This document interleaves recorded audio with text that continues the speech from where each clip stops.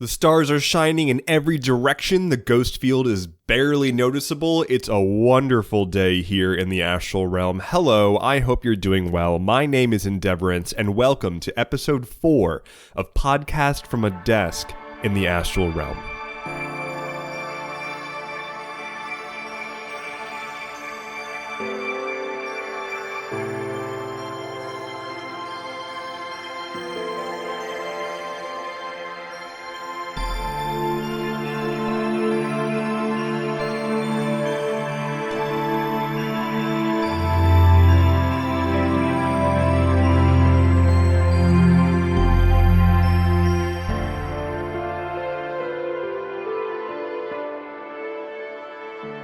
One of the beautiful things about being in the astral realm is we're not really fixed in time.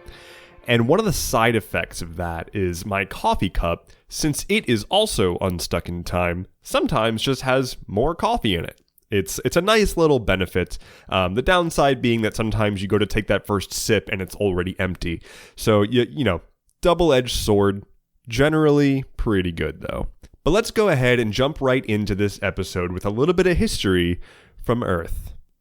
If you have seen SpongeBob, today is a special day. It is Leif Erickson Day, a day to celebrate the person who was actually credited with discovering America for the Europeans. Of course, people were already here. It wasn't a new discovery, but as far as the first Europeans to set foot on this land, Leif Erickson is believed to be the one to have actually set sail. The day was first established by then-President Calvin Coolidge in 1925. He just kind of acknowledged it and didn't really make it a federal holiday or anything. It was eventually formalized in 1963 through Congress, who asked President Lyndon B. Johnson to deliver an observance proclamation so that it could actually be formalized as a federal holiday. It has been reauthorized every year since then via proclamation, and it is now generally celebrated, although much more via the SpongeBob take than anything else. Fun fact, this date has actually nothing to do with Leif Erickson. It's not believed that he did anything on this day. It's just a day that they chose in fall, because fall is generally when we think that he landed on the continent. It does coincide nicely with the arrival of the ship the Restoration, which had a whole bunch of Norwegian immigrants coming to America that landed in the New York harbor on this day. So that's, that's something, and at least gives them something to go off of. But largely, it's just the SpongeBob joke, and, that's one way to keep things relevant, I guess. So if I've got one thing to say to you today, it's Happy Leif Erickson Day. Last week, I put out a call for mind-blowing facts, and thank you to everyone who submitted, both in the Discord and directly to my email. I've picked my top 3 favorites, and I'm going to go ahead and go through them, read them out to you, and see what my reaction is, because I haven't really internalized these facts. I've glanced over them and picked ones that seemed interesting on the surface, but here we go. I'm going to go ahead and give them a read, and see what my actual response to them is going to be. Sylvie writes, sharks have been on the planet for 400 million years. Saturn's rings have been in existence for about 100 million years, and will be gone by 100 million years from now. Sharks have already been around double the estimated lifespan of Saturn's rings. Honestly, my first reaction to this is I'm kind of bummed at the idea of Saturn losing its rings. I feel like that's just such a part of its identity, and I know that's very human-centric because Saturn has outlived humanity by a huge margin, and we're just assuming what it's supposed to look like, but something deep in my brain is just like, no, Saturn needs to have its rings, and if it didn't have its rings, we just can't call it Saturn anymore. But here is an idea. What if we took the sharks and launched them at Saturn? Because if they've already been here for 400 million years, they're probably good for another 400 million. And if Saturn's going to be losing its rings anytime soon, it seems only right for us to jump in and help. And if the sharks can lend a hand in this scenario, I think that'll make up for all the, eating people by the beaches stuff.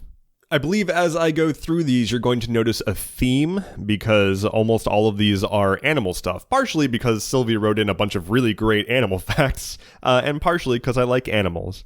But going on to our next fact, that nice nerdy girl writes, in 1919, James Cohen Smith donated £55,000 to the National Gallery of Scotland on the condition that a portrait of his dog, Callum, be on display permanently in the gallery. It is still on display to this day. This is absolutely me. Like, this is me. I don't have £55,000 to donate to a museum. I do wish I did. But if I did make a big donation to a museum, I would absolutely tell them that they have to front and center display a painting of my dog. Flynn is the bestest boy ever and absolutely deserves to be in a museum. Especially if I'm going to pay them £55,000. Apparently in today's money, that correlates to about £2 million. If I'm going to give somebody £2 million, and I don't actually know what the exchange rate is between pounds and vibe conduits here in the astral realm, but still, if I was giving somebody $2 million of whatever currency, that better come with the condition of an oil painting of my dog on display permanently. I've also looked up this picture, and it's really wonderful. I'll see if I can link to it in the show notes. The dog appears to have recently captured an animal of some kind in the photo. So it's like the dog with a rat on the ground in front of it. Very, very good. Like, hey, here's this portrait of my very good dog. Look at how good my dog is at catching things. I want the world to see this forever. That's pretty much the only way you can properly honor your dog, I think, now that I think about it. Like, no other memorial holds up to that. That's the goal now. Moving on to our final fact of the day. Sylvie writes, manatees have no real defense measures. They cannot swim very fast. Their teeth are so far back that biting is unrealistic as a defense, and they have nothing else in their bodies to fight with. Despite this, alligators give manatees the right of way. My very first response to this is I was not aware that alligators took driver's ed and are aware of what right of way is, but that's good to know as I'm driving around, especially in the swampier parts of this world. But that's pretty amazing, and it's got to be a respect thing, right? Like, manatees are, I mean, they're just universally dope. Who's out here being like, I don't like manatees? Like, they are by far one of the wackiest animals on this planet. They're just big ocean goobers, and I actually, okay, henceforth I'm calling them ocean goobers. But they just kind of float around and bump into things. Just let them be. They don't give a shit about anything. Why should they care about the alligators? I think alligators pick up on that. They're like, you know what? You're vibing. I like the energy that you're putting off. I'm gonna keep you around.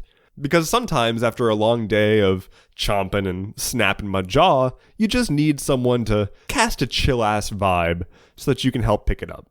And manatees, I'm sorry, ocean goobers, they do that. Well, thank you again to everybody who submitted facts. I really appreciate it. I am not going to give out a community prompt this week. I am going to take a bit of a different approach next week, but I do want to leave it absolutely open for anyone. If you have any question or interesting tidbit or advice question, anything that you would like to send my way, you can always email me at neverendingfeast. That's neverending at fea.st. neverending at fea.st. I might feature it on the podcast, so whatever you send me, make sure you're okay with that potentially being on the podcast. But really, anything at all from the community, go ahead and send it my way. If it's really awesome, I will absolutely include it. Oh, hey, James. How's it going? No, I'm just recording the podcast. Yep. Okay, I'll tell them. All right, see ya. Sorry about that. That was James. He's a jack-o'-lantern that flies around only during the spooky times. He's a good dude. He kind of doesn't really respect the concept of doors because he can just kind of phase through walls. So sometimes you just look over and there's a floating jack-o'-lantern looking back at you. But he's just a lonely guy. He only gets to exist around this time of year, so I can understand wanting to maximize the social... What? Yeah. No, I'm telling them now. Yeah. What did we talk about with doors? Yeah, use the... Okay. All right, thank you. Bye, James.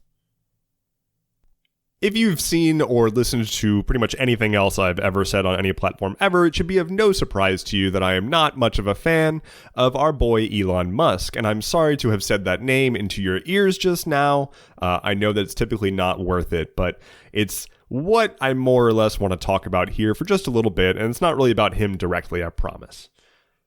I've recently decided to move back off of Twitter. I made an account on Twitter after I started getting a little bit of popularity on TikTok, and I don't know what possessed me to do it. I used to be on Twitter all the time. It used to be my only social network, really, and I stopped using it personally for quite a while, and I started a new account under the handle Endeavorance as I started doing more content creation.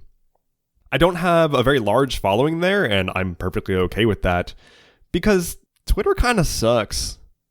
Honestly, it's just not a great place to be anymore. It's filled with a lot of really wonderful artists and musicians and whatnot doing some cool stuff, but a lot of it is just toxic garbage. And increasingly, they're leaning into crypto and a vibe that doesn't feel good.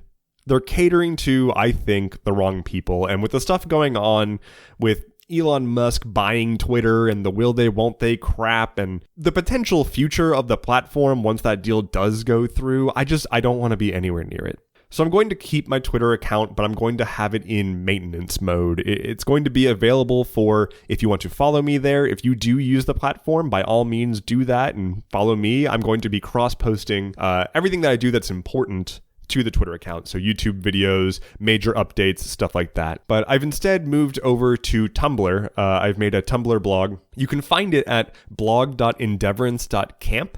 And it also cross-posts everything I post into my Discord. So if you're not already in my Discord, I highly, highly recommend that you join. It's full of really wonderful people, and we're doing some really cool stuff there. Tumblr is not perfect. It is not my ideal social network. In fact, I think I've made it pretty clear that I don't love social networks to begin with. But as far as a good combination of old-style blogging platform, but in a place that people already know and feel comfortable following on, it strikes the right middle ground. Typically, I would set up my own blog either on a custom web service that I made or using some esoteric indie blogging offering or something, just because I'm extra and I'm a tech nerd. But in this case, I just want a place that I can just throw random thoughts at it and it gets published. And that's exactly what Tumblr does. And that's all I really want from a service right now. So if you want to follow my random ramblings, head on over to blog.endeavorance.camp, follow me there. And if you are Elon Musk listening to this, fuck you.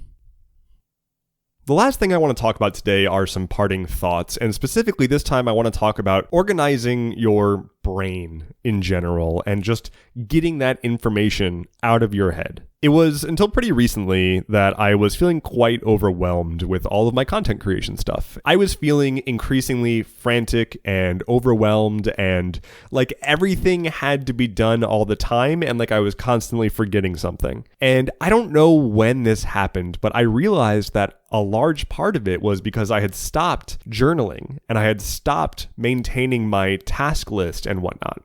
Journaling is really cool for just getting stuff written down and going back to read it later. It's exponentially cooler when you go back and read years old entries to see what you were up to back then and just see how you've changed over time. That's awesome. But in the exact moment, one really cool thing you can do is just a brain dump.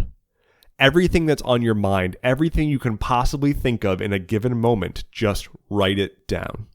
Open up an empty notepad document, preferably an Obsidian document, or just get a piece of paper and a pen, and just write down every thought in your head in this exact moment. Everything. Get it all out. Get it out of your head. It's amazing how it feels to feel like you don't have to hold on to it anymore because it's elsewhere. It's out of your head, it's written down, and you can always come back to it later. And it really helps you identify the stuff that you do need to actually keep in mind versus the stuff that's just rolling around in your head that you didn't even realize you were carrying along with you. Taking it a step further, either again with a physical piece of paper and a pen or your favorite app of choice, I highly recommend keeping diligent to-do items. The second that you need to do something, the second that a new chore or task or something comes up that has to get done, put it in your to-do list.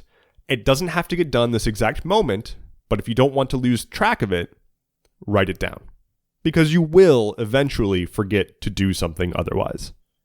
This has the added benefit of letting you see, here's all the stuff I have to do, here's what I can get done today, and as long as I tackle at least some stuff on my list, that's progress, and that feels good.